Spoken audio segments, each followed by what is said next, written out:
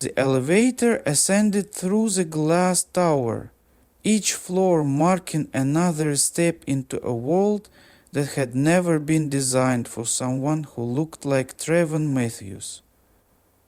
42 floors up, Meridian Tech occupied the crown jewel of downtown's financial district and today marked his first day as a senior systems analyst. A position he'd fought twice as hard to earn as any of his white counterparts. At his old age, Trevon carried the weight of every ancestor who had been denied opportunity because of their skin color. His MIT master's degree in computer science, his summa cum laude graduation, his 3 years of stellar performance at a smaller firm, none of it felt like enough armor against what he knew was waiting for him in corporate echelons. The elevator doors opened to reveal a pristine lobby populated entirely by white faces. The receptionist's smile faltered for a microsecond when she saw him. That familiar flicker of surprise that black professionals learned to recognize before they could walk. "You must be," she paused, consulting her computer screen. "Trevon Matthews." The slight emphasis on his name, the subtle questioning tone, despite having his appointment confirmed, it all felt sickeningly familiar. "That's right, here for the IT department orientation." Marcus Brennan appeared like a storm cloud in an expensive suit, tall, silver-haired, with the kind of confidence that came from never having his intelligence questioned because of his race. His handshake was firm, but his eyes performed that quick, involuntary scan that Trevon had experienced countless times. The assessment, the categorization, the mental filing under diversity hire. "Welcome to Meridian," Brennan said, his tone carrying the particular brand of enthusiasm reserved for charitable acts. "We're excited to have you join our diverse team." The word diverse hung in the air like a neon exit sign. Trevon had heard it before, always delivered with that same self-congratulatory inflection that white executives used when they wanted credit for basic human decency. The first week revealed the familiar architecture of corporate racism, subtle, deniable, but devastating in its cumulative effect. While his white colleagues were assigned to high-visibility projects with client interaction, Trevon found himself relegated to back-office tasks that kept him invisible to senior management. "I need someone reliable to handle our password reset queue," Brennan announced during the Monday team meeting, his eyes landing on Trevon with practiced casualness. "Matthews, you seem detail-oriented." Detail-oriented. Code for good with manual tasks. Trevon watched as James Whitfield, a recent graduate with half his experience and a fraction of his qualifications, was assigned to lead the server migration project that Trevon had actually proposed during his interview. "Sir, I'd be happy to help with password resets," Trevon replied carefully, "but I also have extensive experience with server architecture that might be valuable for the migration project." "Let's walk before we run," Brennan said with that condescending smile that white managers perfected. "Got to make sure you understand our culture here." Culture. Another loaded word. What Brennan really meant was, got to make sure you know your place. The microaggressions came daily, each one a small cut designed to remind Trevon that he didn't belong. Comments about his urban communication style when he spoke passionately about technical solutions. Surprise when he demonstrated knowledge of advanced programming concepts. Colleagues who somehow forgot to invite him to impromptu brainstorming sessions where important decisions were made. During his second month, Trevor submitted a comprehensive security audit that identified critical vulnerabilities in Meridian's network infrastructure. The 20-page report represented weeks of after-hands analysis and contained solutions that could save the company hundreds of thousands of dollars. Brennan barely glanced at it during their scheduled meeting. This is interesting work, Matthews, but we have Whitfield handling our security protocols. Why don't you focus on what you do best? Keeping our day-to-day operations running smoothly. What he did best, as if a black man's best could only be custodial work, even in the digital realm. 2 weeks later, Trevon watched through a conference room window as Whitfield presented his innovative security recommendations to the executive team. Recommendations that were virtually identical to Trevon's rejected proposal, down to the specific implementation timeline. Brilliant work, James, Brennan beamed as the presentation concluded. This is exactly the kind of forward thinking we need. That night, Trevon sat in his apartment staring at his MIT diploma, hearing his grandmother's voice. Baby, they gonna try to make you feel small because they scared of how big you really are. Don't you let them shrink you down to fit their comfort zone. He opened his laptop and began to code. The idea crystallized through months of accumulated rage and frustrated brilliance. SecureFlow, a cloud-based security management platform that would revolutionize how companies handled cybersecurity threats. It was ambitious, innovative, and exactly the kind of breakthrough that companies like Meridian. Trevon worked in secret, pouring his intelligence and anger into elegant code that would prove what he had always known. His mind was just as sharp as any white programmer's, his vision just as valuable, his contributions just as worthy of recognition. But at Meridian, the racism only intensified as Trevon's competence became impossible to ignore. During team meetings, Brennan began directing technical questions to Whitfield even when they pertained to systems that Trevon had designed.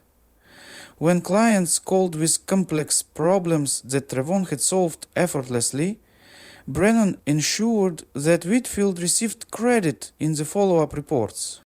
The breaking point came during the quarterly review cycle. Trevon watched as every white colleague in his hiring cohort received performance ratings that qualified them for promotion consideration, while his own evaluation cited cultural fit concerns and communication challenges, corporate euphemisms for too black, too confident, too unwilling to stay in his lane. I'm not seeing the leadership potential we look for in senior roles, Brennan explained during Trevon's review meeting. Maybe next cycle, if you can work on being more collaborative. Another coded word. What Bren meant was stop making us uncomfortable by being too good at your job. That evening, Maya Chen found Trevon in the parking garage, his hands shaking with suppressed fury as he fumbled with his car keys. "I saw the promotion list," she said quietly. Maya was a brilliant Chinese-American engineer who had also felt the sting of Meridian's diversity theater. Whitfield got the senior architect position, the position I was promised during my interview. Trevon replied, his voice tight with controlled rage. "This place will never see us as anything more than token diversity," Maya said. "Brennan keeps us around to check boxes and point to during conferences when they talk about their commitment to inclusion. But God forbid we actually succeed.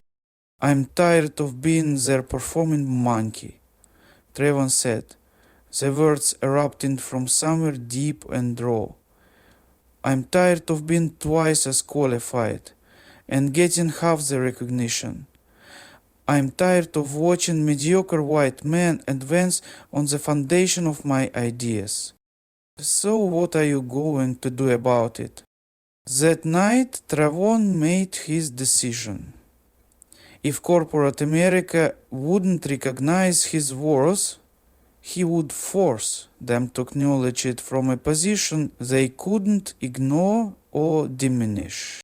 Secure Flow became his obsession, his rebellion, his declaration of war against every system designed to keep brilliant black minds in subordinate roles. Working 18-hour days, he refined the platform until it was not just competitive but superior to anything currently on the market. 6 months later, Trevon submitted his resignation. "This is unexpected, Matthews," Brennan said, his surprise genuine. "Your performance has been adequate for our needs. Was this about the promotion? Because there will be other opportunities." Adequate. The final insult. Years of exceptional work, innovative solutions, and flawless execution reduced to adequate by a man who couldn't code his way out of a paper bag. "I've accepted a position elsewhere," Trevon replied, savoring the bewilderment in Brennan's eyes. What he didn't mention was that he was now CEO of his own company, with Secure Flow already attracting clients through word of mouth in the cybersecurity community. The platform was everything he had envisioned: elegant, powerful, and proof that black excellence couldn't be contained by white comfort zones. Within a year, Secure Flow had grown from Trevon's one-man operation to a team of 15, with clients ranging from startups to Fortune 500 companies. The validation felt better than any corporate promotion ever could have. Trevon's new office occupied a converted warehouse in the Arts District. Open floor plan, exposed brick. The kind of space that celebrated innovation over conformity. He was reviewing expansion plans when his assistant knocked. "There's a Marcus Brenner here to see you. Says it's about a business opportunity." The irony was exquisite. Trevon felt a smile spread across his face, not of pleasure, but of anticipation. "Send him in." Brennan entered, looking diminished somehow, his corporate swagger replaced by something approaching desperation. His confident demeanor cracked when he saw the wall of awards and recognition that Secure Flow had earned in the cybersecurity industry. "Trevon," impressive setup you have here. Really impressive. Thank you. What brings you by, Marcus? The deliberate use of his first name wasn't lost on either of them. No more Mr. Brennan, no more differential posturing. I'll be direct. Meridian is in trouble. We've had 4 major security breaches in the past 8 months. Our reputation is in tatters, clients are leaving, and the board is threatening to clean house. Brennan's voice carried the strain of a man watching his empire crumble. I have been researching solutions, and Secure Flow keeps coming up as the industry gold standard. Trevon leaned back, studying the man who had spent 2 years systematically undermining his confidence and stealing his ideas. I see. And you're looking for our services. More than that, I want a comprehensive partnership. Meridian could be Secure Flow's biggest client, and we could provide the enterprise validation that would establish you as a dominant player in the market. The desperation was palpable now. The same man who had questioned Trevon's cultural fit was now begging for his expertise to save a company that racism had blinded to its own needs. That's an interesting proposition, Trevon said, his voice carefully neutral. What kind of partnership are you envisioning? Brennan pulled out a folder with eager, almost frantic movements. Standard enterprise contract, maybe, with some preferential pricing given our history. We could start with a pilot program. A stop. The single word cuts through Brennan's speech like a blade. Trevon stood and walked to the window, looking out at the city where he had once felt so powerless, so invisible. Do you remember my first quarterly review, Marcus? When you said I had communication challenges? Brennan shifted uncomfortably. Trevon, that was... Do you remember telling me I needed to work on being more collaborative while you gave my promotion to James Whitfield? Trevon turned back to face him. A man who couldn't secure a network if his life depended on it. Look, I may have made some mistakes in how I evaluated mistakes.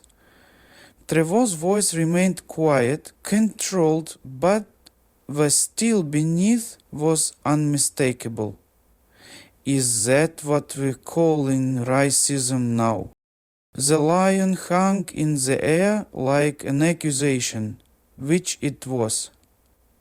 Brennan's face flushed, his mouth opening and closing as he struggled for a response that wouldn't damn him further. I don't think race had anything to do with... Of course you don't think that, Trevon interrupted. Men like you never do.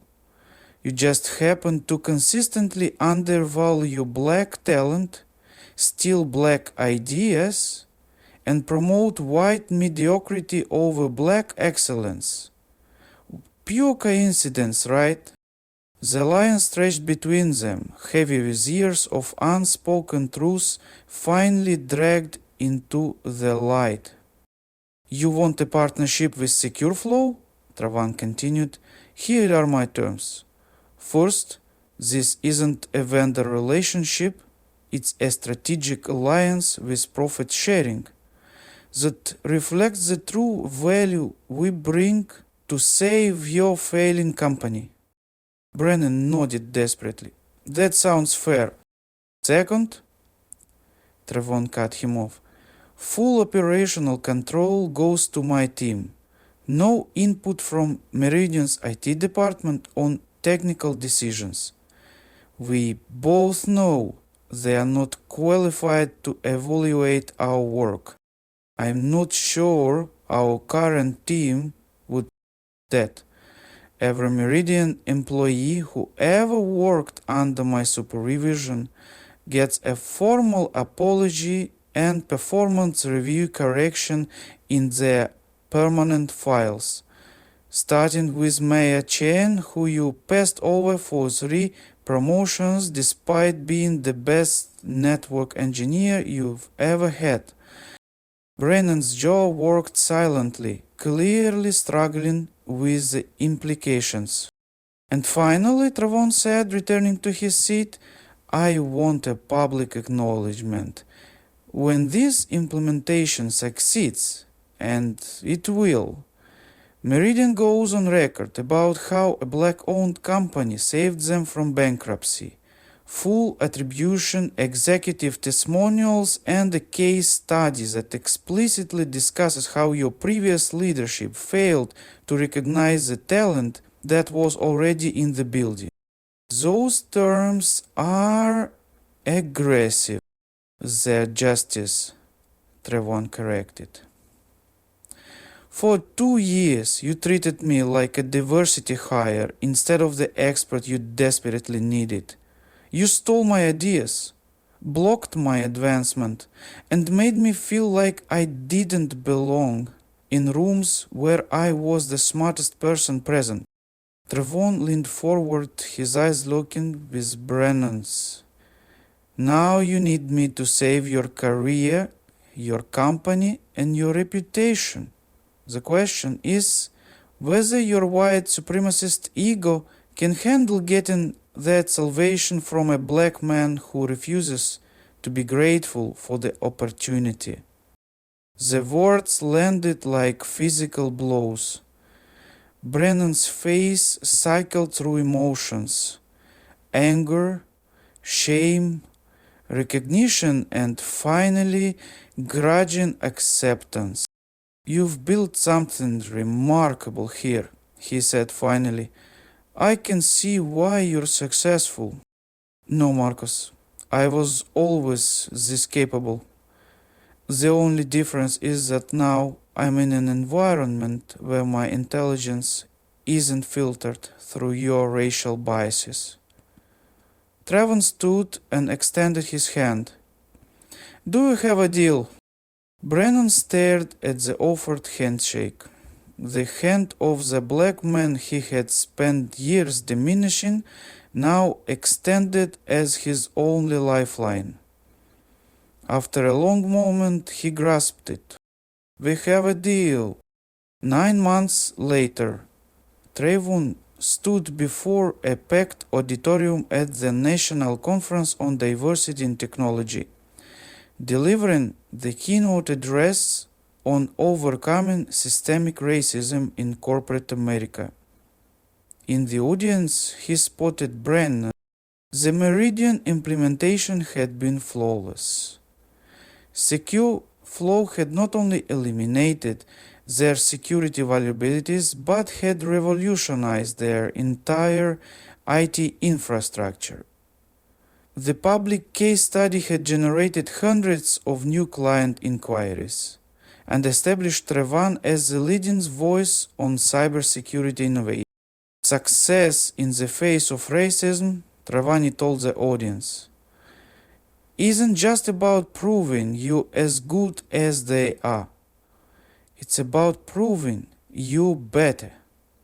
And then using that superiority to change the systems that tried to contain you.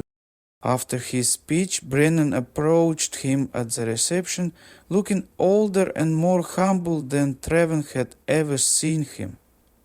Powerful presentation, he said, offering a glass of champagne with hands that trembled slightly. Thank you. How are things at Meridian? Transformed. The board credits the Secure Flow partnerships with saving the company. Brennan paused, seeming to gather courage for what came next. Travon, I owe you more than an apology. I owe you acknowledgement of harm done.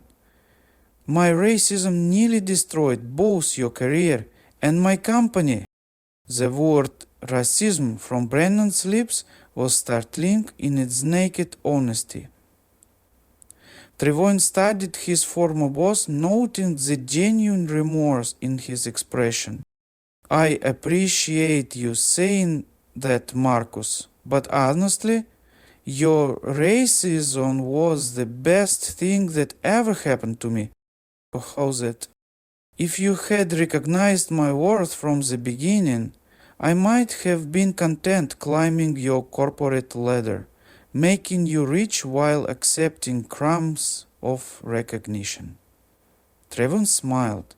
Instead, your bigotry forced me to build something bigger than anything Meridian could have offered, and to do it in a way that opens doors for every black technologist coming behind me. Brennan nodded slowly. I suppose there's a lesson in that, though I can't help but wonder what Meridian might have accomplished if I had been smart enough to see past my own prejudices. Maybe. But this way, justice got served alongside success. You learned that black excellence can be contained by white comfort zones, and I learned that sometimes the best response to racism isn't integration, it's domination. As Trevon walked away, he felt the profound satisfaction of having transformed racism from a weapon used against him into fuel for his own ascension. His phone buzzed with a text from Maya Chen, who now served as SecureFlow's Chief Technology Officer. Watching your keynote online, grandmother would be proud. He smiled, remembering his grandmother's words about not letting anyone shrink him down. She had been right, of course, but what she hadn't told him, what perhaps she couldn't have known, was that sometimes the most powerful response to those who try to diminish you is to grow so large, so successful, so undeniably excellent that they have no choice but to come begging for the very gifts they once rejected. The elevator descended from the conference center, carrying him toward a future he had built with his own hands, free from the limitations that racist minds had tried to impose.